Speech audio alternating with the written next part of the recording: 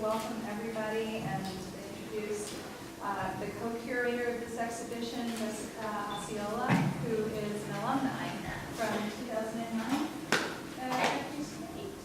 2008. Time flies. Jessica is going to tell you a little bit about what she's been doing and also introduce our wonderful guest artists who we have two performers and a videographer. We have painters, sculptors. There, I think we're hitting most every. You've even done an installation piece for the show. So we have a lot of variety in the exhibition. I hope you had a chance to see it. Once we're finished with the this portion of the evening, there'll be refreshments out in the lobby for you to enjoy as well. So Jessica, I'm going to give this over to you now to introduce, and each of our artists will also just give up and stand up and give you a little idea about what to look for in the exhibition with your work. Thank you. Hi, thanks for coming tonight. Lights are super bright. My work, basically, I kind of do like a lot of sculpture, but I focus a lot on identity, and I think it's, no matter what medium, like I like ceramics and resins and all sorts of stuff, but I really just, I think I focus on the journey of, I don't know, my words are like really bad. I'm really nervous up here. I guess I just focus on the journey of like the person. So I'm half Irish and half Seminole, so I kind of feel like I bounce between two worlds. So hopefully that's reflected in my work and that you guys can see it. So I'll introduce all these lovely gentlemen now. We're showing also in contemporary manner Elgin Jumper, Gordon Oliver Wareham, LeRoy Osceola, and Samuel Tommie in the back. And Jimmy is not here with us tonight. And Elgin, I want to go first. LeRoy, go first. Talk about your business. Thank you.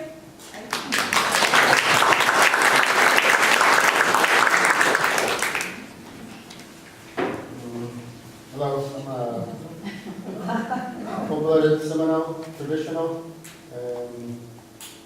I work with different mediums. I like to work with different things. I don't like doing just one medium.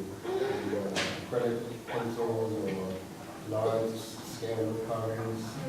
When I do full-size traditional Elgin, like a sacred dog, and I do the pounded silver coins, like you see in old photographs of the Seminole people. I make those. So, I'm still learning, so I like to do different things.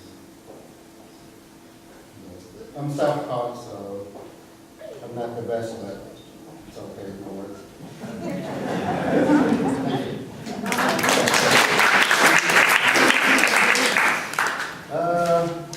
School, I went to third grade, and I think the third grade I got first place in art class. Yeah. I'm Elgin Jumper. I'm one of the artists of this exhibition, and really glad to be a part of it. Really glad they asked me to be a part of it. My work is, I try to do a lot of portraits, landscapes, and try to do contemporary if I can, use brighter colors, and just try to do Seminole art in ways that haven't been done yet, you know. Maybe contemporary versions of different art movements in the past, and just work in oils primarily now. I also do poetry, and I really like to try different things, try new things out all the time. I've been serious artist for like 9 years now. I've done a lot of things in those 9 years. This project here, this experiment, and I really got a lot out of it. I want to thank everyone involved, Brittany, Philip, Barry, Anica. You know, they really indulged me and listened to my ideas, and really brought them about, made them happen, and I'm really grateful for that.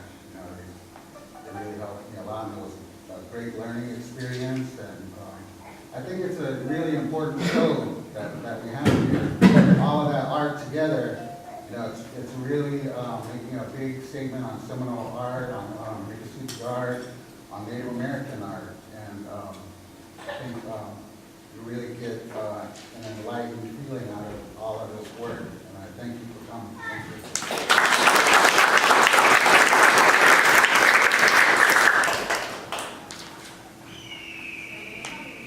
Hey, my name is Sam. You're Tommie. Just nice and bright. Now that I'm blind, it's just a big fog. Should make me comfortable. I'm an artist. As an artist, I work with two-dimensional and three-dimensional. Also, sculpting wood and stone. I'm a musician and also a filmmaker. I'm a member of the Seminole Tribe of Florida. I was born in 1957 in the middle of the Everglades, known as the Sawgrass, about 30 miles west of Miami. At age 5, my family moved up to Big Cypress Seminole Indian Reservation, about 30 miles south of Lake Okeechobee. And from there, that's where I grew up pretty much, and lived there and go through my life experience. The Everglades, where I was born, is very much of a paradise. I was one of the last few families that actually practiced living in the middle of the rivers. And when I got to Big Cypress, it was all wetlands. But over the years, it has become dry. Thanks to the United States and their campaign to dry out most of South Florida, they've been very successful. What happened after that is that after moving there, I also went to a college for art and so forth, and also came back to Big Cypress. Big Cypress Reservation, as of today, is approximately 60,000 acres. And on the east side is more of a bucolic society. We have horses, cows. On the west side of the reservation, we're right next to millions of acres of pristine land, wildlife, and so forth. As of today, we have Florida panthers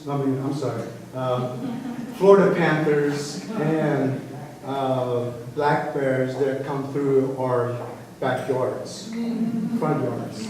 This is how we live. We maintain our cultural and heritage.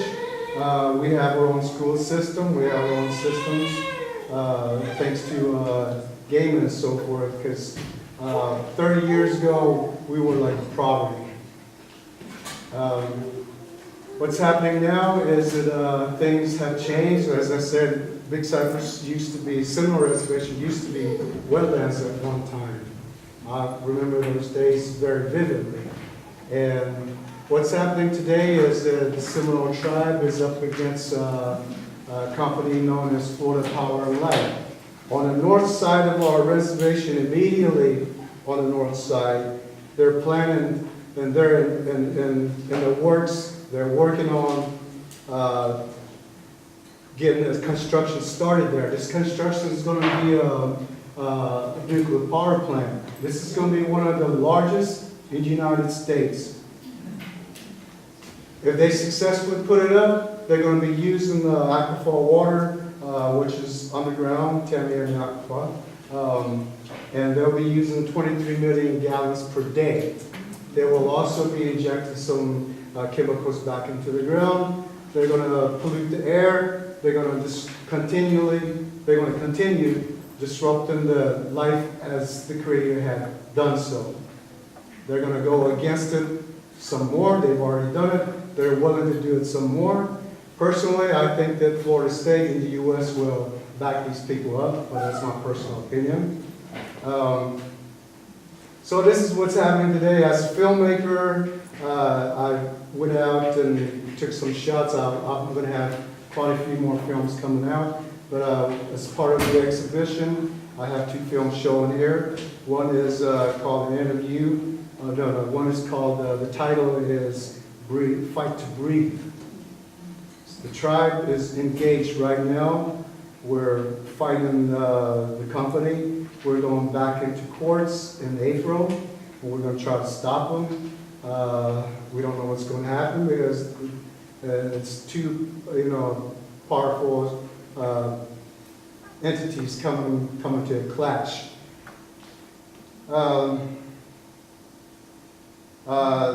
That's what I wanted to share with you, and my films will be related to that, the ones that are shown here. The second film is called In Our Creator's Hands. That's a personal journey I took a couple of months ago, back in October. We know it as a season of when the snakes are very active. You'll see quite a few snakes in there. And this is what I have shown here, plus I have pen and inks on display. And any of your support to the cause will be greatly appreciated. The environmental groups, Sierra clubs and so forth are all involved. They're all backing us up. To tell the truth, the United States media, big media stations are not going to touch it and expose it. You're supposed to stay blind. You're supposed to stay dumb. And so we have a nice battle that's happening. So they want to fight us. Hey, bring it on.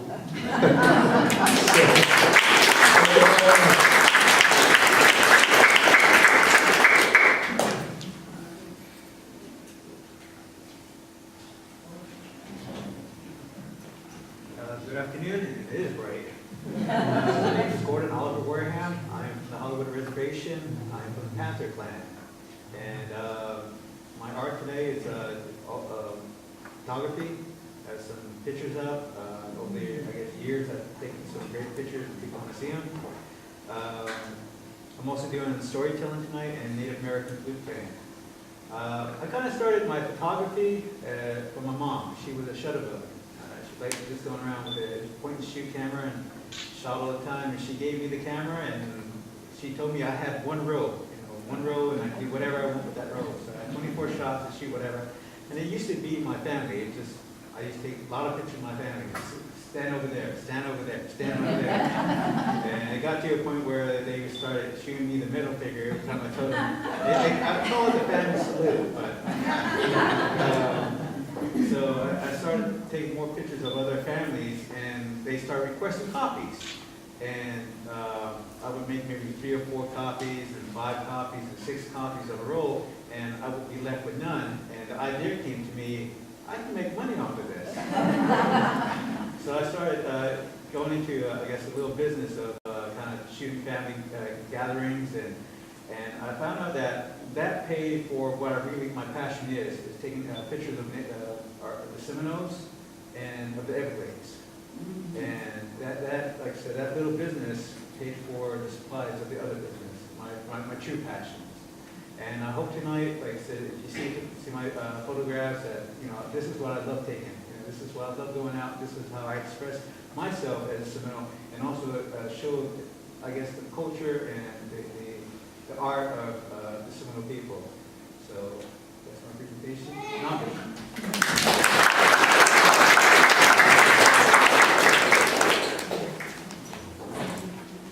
Before we begin with Oliver's wonderful storytelling, I wanted to share a part of a letter, an email that Elgin sent to me the other day, and ask your indulgence. We would like to dedicate this performance and this evening to the memory of Elgin's son who passed away this fall. His name was Gregory, and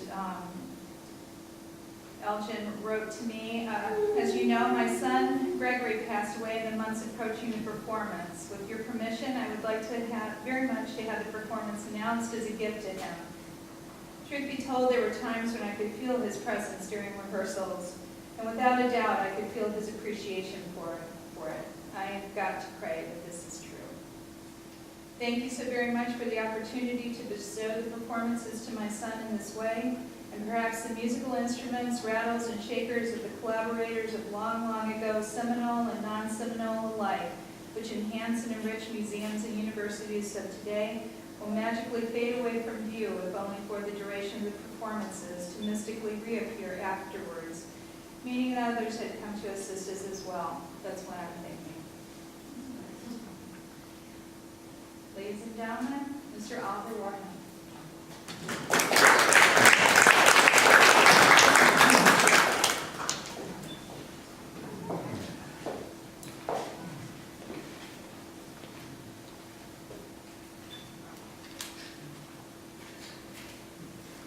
So like I said, I've been doing stories since July of 2005. It was an accident, kind of. We had a Boy Scout jamboree come to the Big Cypress Reservation at the Authentic Museum, and 667 Boy Scouts, not including troop leaders, mothers, Cub Scouts. It was a lot of kids. And we had this one safari. We asked them to come and do some stories for us. And they kind of got busy on us. One had to do a late show, and another had to run an animal into town, so they couldn't do that for us. So there was another Seminole from Oklahoma named Chris McKinney, and he said, I can do a story. And I've never heard him do a story, and I said, you know what? I want to hear this. I want to hear this. So I told him, I'm going to stay tonight, and I want to listen to you do your stories. So we get back there, and all 667 students, plus mothers, plus troop leaders, plus we're back in this little area. And it's pitch black, except for these little tiki torches. And I lean over to him, and I asked him, what story are you going to tell him? And he goes, well, I saw this story on Unsolved Mystery about how they escaped from St. Augustine. And I tell him, you can't tell him that. You got to tell him a Seminole legend. And he goes, I don't really know anything. I don't know any Seminole legends. So I tell him a story. And he goes, that's good, that's really good. And he gets up, and I'm thinking that he's just going to tell him what I told him. He gets up, I'm Chris from Oklahoma, and I want to tell you a story. But first, this is all in Wareham. Please come up, and I get up there, and I tell him the story, which I'm not going to tell tonight. I had mothers crying. And after the stories, I had the Cub Scout come to him, Mr. Wareham, that's the greatest thing I ever heard. And I thought to myself, I like this. I need to keep on doing this. So the story I want to tell you tonight is called How the Box Turtle Beat the Rabbit. How many's heard the story of the tortoise and the hare, the great race? We have the story in our legends. Cherokees have it, Creeks have it. A lot of the tribes up the eastern coast have a version of the story. The story that everybody knows is actually Greek. So I guess this way, different cultures looked at nature and saw the quick and the slow, and they come up with this kind of story. And this is how we tell this story. Now the rabbit in our stories, he's a trickster, he's a liar, he's a thief, he's always up to no good. He's the bad guy. And we have him in our stories to teach our kids what not to do and how not to be. And his story, they said if you piece it all together, there's a lot of stories about the rabbit in our cultures. If you piece it all together, it's almost like Lucifer in the Bible. At the beginning of time, the rabbit was one of the Creator's favorites. He was blessed.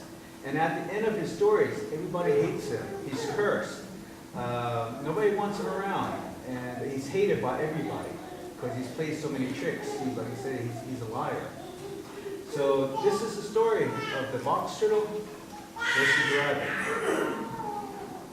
Now the rabbit, he's hopping along a path one day, and he comes upon a group of box turtles. And he starts to look at those box turtles, and he begins to laugh. It's so Look at Creator. Look at this pretty fur. But they give you that hard, heavy shell. It's so funny. And you know what? The Creator. They get the speed. I'm the quickest. I'm the fastest. But that shell is so heavy. It'll probably take you one day to take one step. Now watch this. Ready? Watch this. Ready? Did you see it? Did you see it? Let me do it one more time. Watch. Did you see it? I just went around the world twice, and you probably didn't take one step. That's so funny. And you know what? the Creator, He was having such a good time making you. He made you all the same. So you're all funny looking and you're all slow. Well, the box turtles, they didn't want to hear this. They didn't want to hear this. They didn't want to be made fun of because nobody likes being made fun of. So they turned to the rabbit. And they said, Rabbit, this is His gift to us. The Creator, He made us all the same. So when we come together, we can come with any solution to any trouble or to any problem. And by doing that, we can defeat any foe. Well, the rabbit, he didn't want to hear this. He didn't want to hear this. He just wanted to have his fun. He said, it don't matter. You're still funny looking. So the rabbit, he goes hopping along. Now, like I said, that rabbit, he's been given the gift of speed. He's the quickest. He's the fastest. And, you know, he wants to race somebody. He needs to race somebody. So he comes up to the panthers. Panthers, let's race. They say no. He comes up to the deer. Deer, let's race. They say, he even comes up to humans. Hey, human, let's race. They say no. Well, the box turtles, they heard this. You know, they heard this and they came up with a plan. Now, that rabbit, he stopped along that path, and the box turtles, they call out to him, Rabbit, come here. And he does. And the box turtle said, Rabbit, we want to race you tomorrow. And the rabbit says, you want to race me? Me? You want to race me? They said, yes, tomorrow. We want to race you by the big bend, by the 3 hills, before the sun comes up.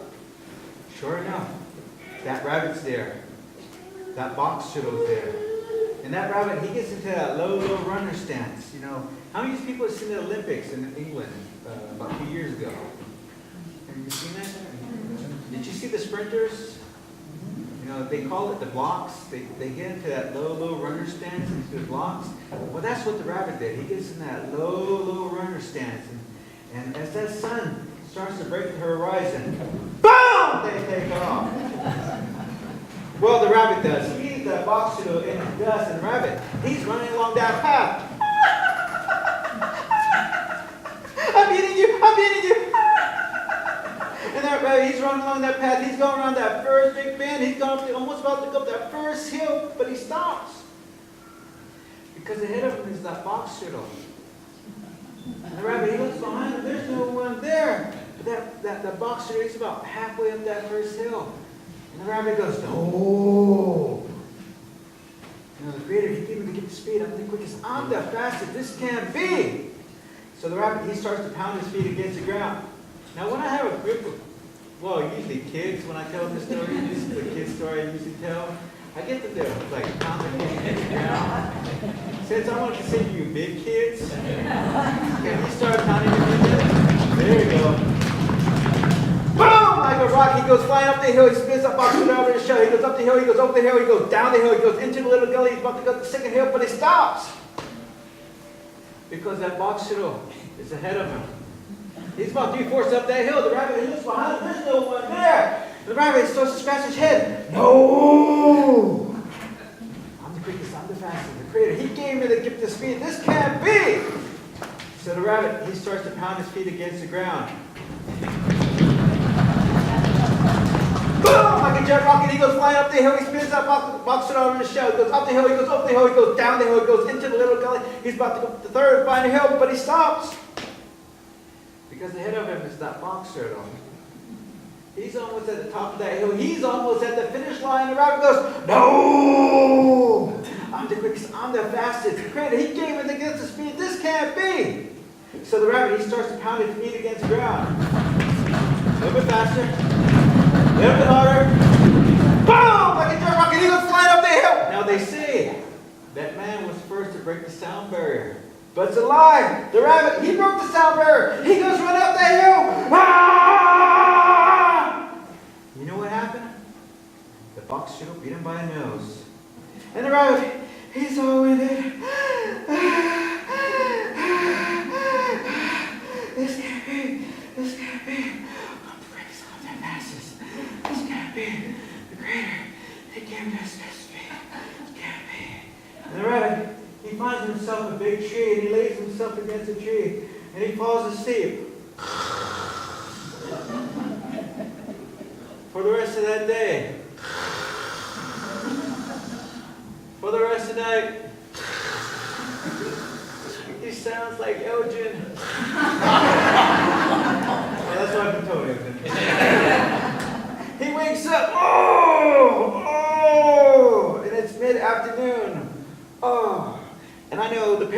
grandparents, they know this term, right? I know you know this term.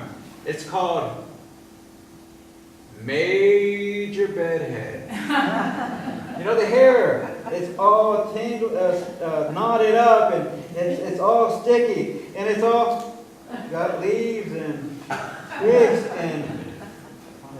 and it's got twigs and leaves in it. Okay.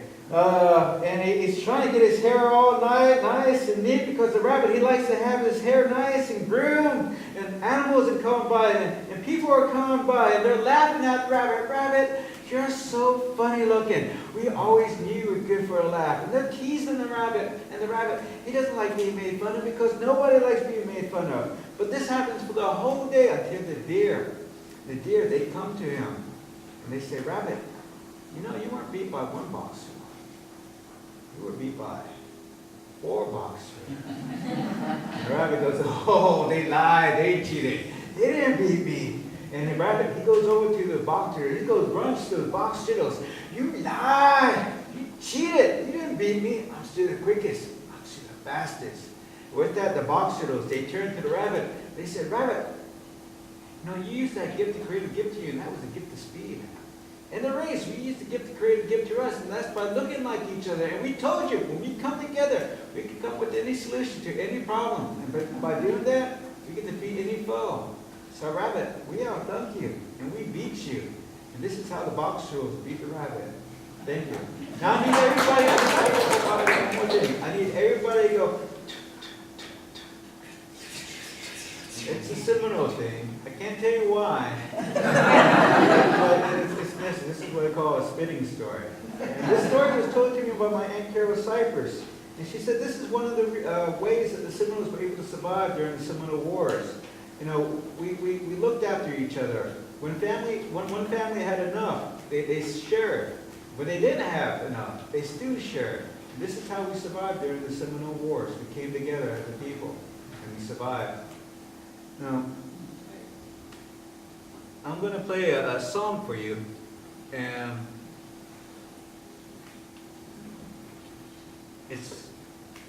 it's called Mother. It's my first song.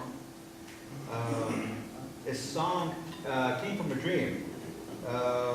2001, Sunday before Mother's Day, I had a dream. And this one's dedicated to Jessica, you mom, and to all moms out there. This song came to me in a dream. I was about maybe 9 years old in the dream. And my mom's out there, my grandmother's out there, and they're picking roots and they're collecting medicine. And I'm about 9 years old, and like I said, my name's Gordon Oliver Wareham, and my mom called me Ollie. And she would go, Ollie, Ollie. That means, you know, come to me, come to me. And in my dream, she called to me. And I know if it's a little more shorter and a little more harder, I should run the other way because I was in trouble. But in my dream, my mom calls to me, and I come to her, and she starts to explain what she's doing, what she's collecting. And in my dreams, these animals start to appear in my dream. And she starts to tell me what each animal represents, their strength, and what they mean to us. And like I said, I'm about 9 years old, 8 years old, 9 years old, and I'm thinking to myself, I have plenty of time to know this stuff. It's time to play. So as she's talking, she's looking at these other, I kind of walk away. And by the time she noticed that I'm gone, I'm on the other side of this field. So in my dream, she calls me, Ollie, Ollie. So I come running to her, here I am. And she goes, I see you, come to me, my son. And she starts to explain that what she's teaching me, it's what makes us Seminole. It's the knowledge. It's what's passed down from parent to child. And this is what connects us. It's more than blood. It's about knowledge. And like I said, this is a dream. But when I have a lot of people, when I play to an audience, I ask them, kind of close your mind, your eyes. And there's always somebody in your life, a mother, a grandmother, an aunt, somebody who's kind of passed on, and you might be missing, might be thinking about them. just close your eyes and kind of picture that person in your mind and have them call out to you. Have them kind of like talk to you through this song. And you know, it's a good song. Like I said, it's called Mother.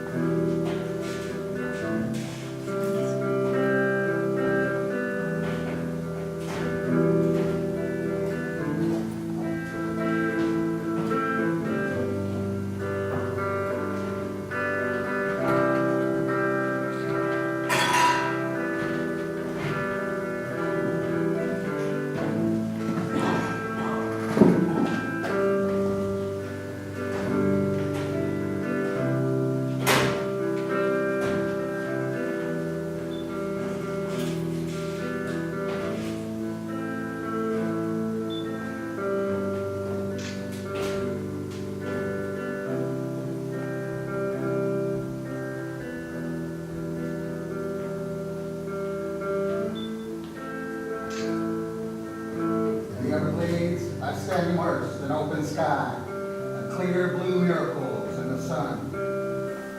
I can lose myself on the winding rivers, on the blue lakes of holiness. I can lose myself in sawgrass teeth are sharpened in winds as a crow stands guard over a lonely rest area. I'm a mysterious skill, cries the Everglades, a dream to get lost in over and over again. I consider a one and only region, an ecosystem like no other anywhere on the face of the world. I can hear new songs for our dear Everglades. I can see new flowers greeting the warm sun. I sense a river of grass as a dazzling environmental beauty, a landscape in poetic forms, a landscape watery. But beneath the surface of the black waters there, the perilous alligator is back as a raging sea.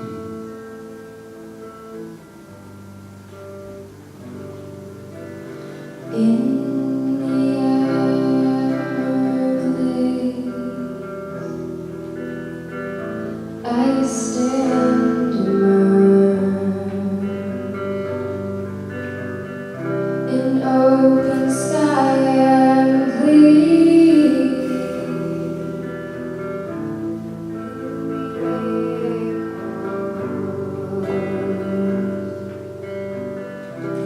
But beneath the surface of black waters there, the perilous alligator is back as if raging seas in the Everglades.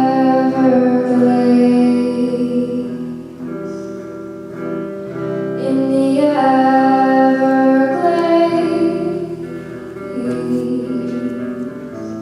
in the Everglades.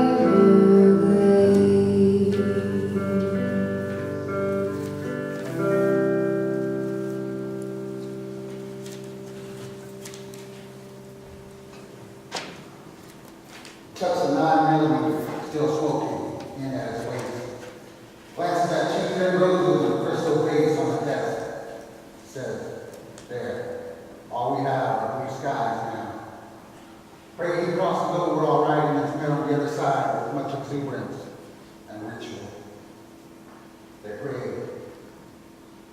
The reservation is quiet, desolate as they drive out. This girl shows in an old CD of Guns N' Roses, finds the song Sweet Child of Mine, leans over and kisses the Seminole thug on the cheek. She rubs her hand across the back of his neck, through his long black hair and a ponytail. Care for a drink? A shot, she asks. He shakes his head, drums his fingers to the song on the steering wheel. I like it like this. Just clear thinking from here on out. Okay, she answers. They ride. Taking in Slash's guitar. Axel's words, absorbing the poetry of it all. Blue skies stretch off to the north, but in the distance, they see darkness. A storm brewing somewhere. They know they'll be riding into it. They realize it in silence, save for the music.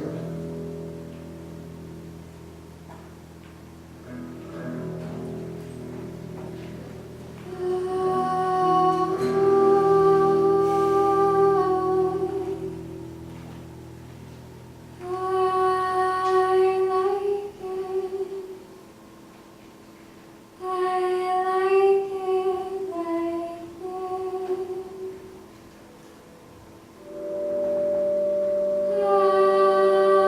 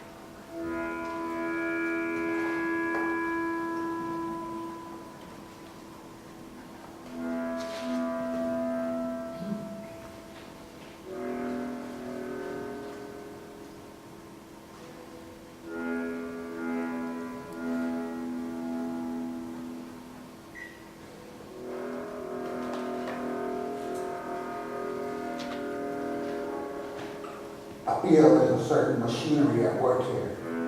I work with a multiplicity of words, right? Grinding, searching, screeching, searching for what I must set down on paper with a purged air, yet making, and making.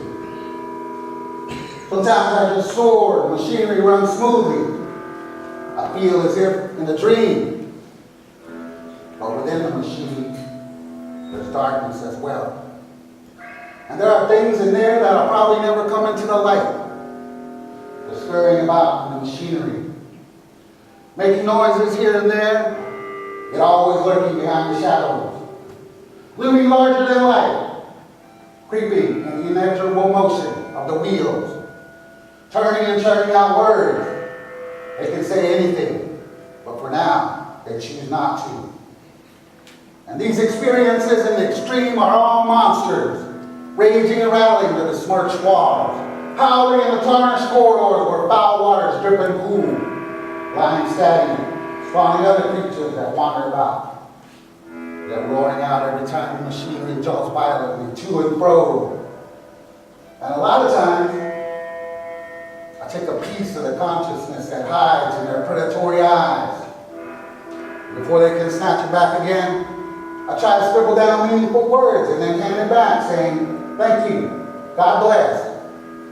And then they storm off into the muck and the mud and the oil of the grieving night, back into the black crevices of their scorn. But they'll be back in time.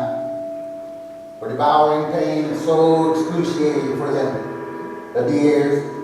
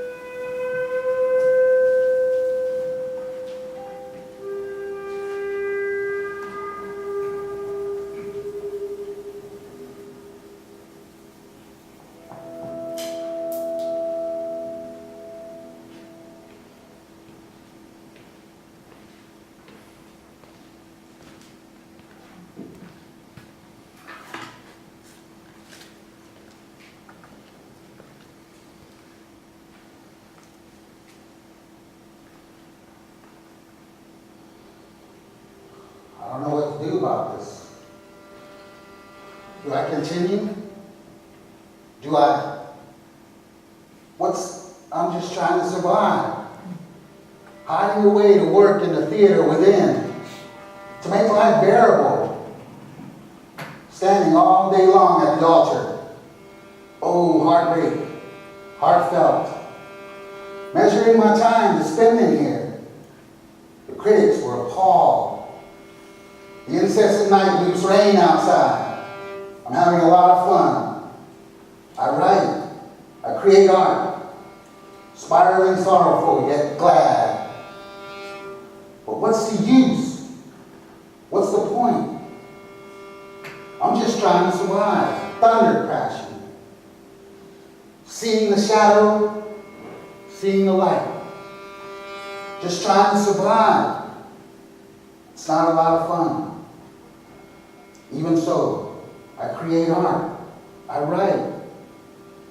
Spiraling splendid, but sad.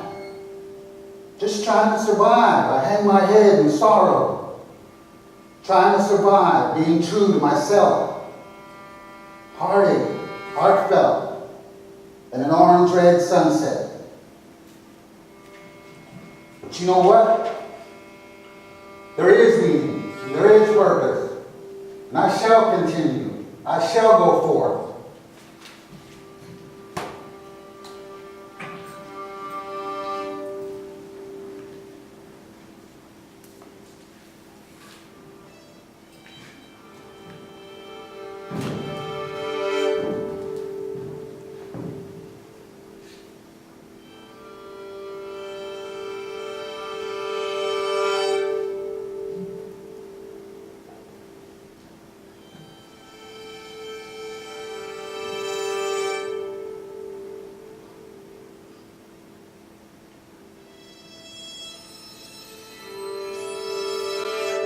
Everglades, I stand immersed in open sky and clear blue miracles in the sun.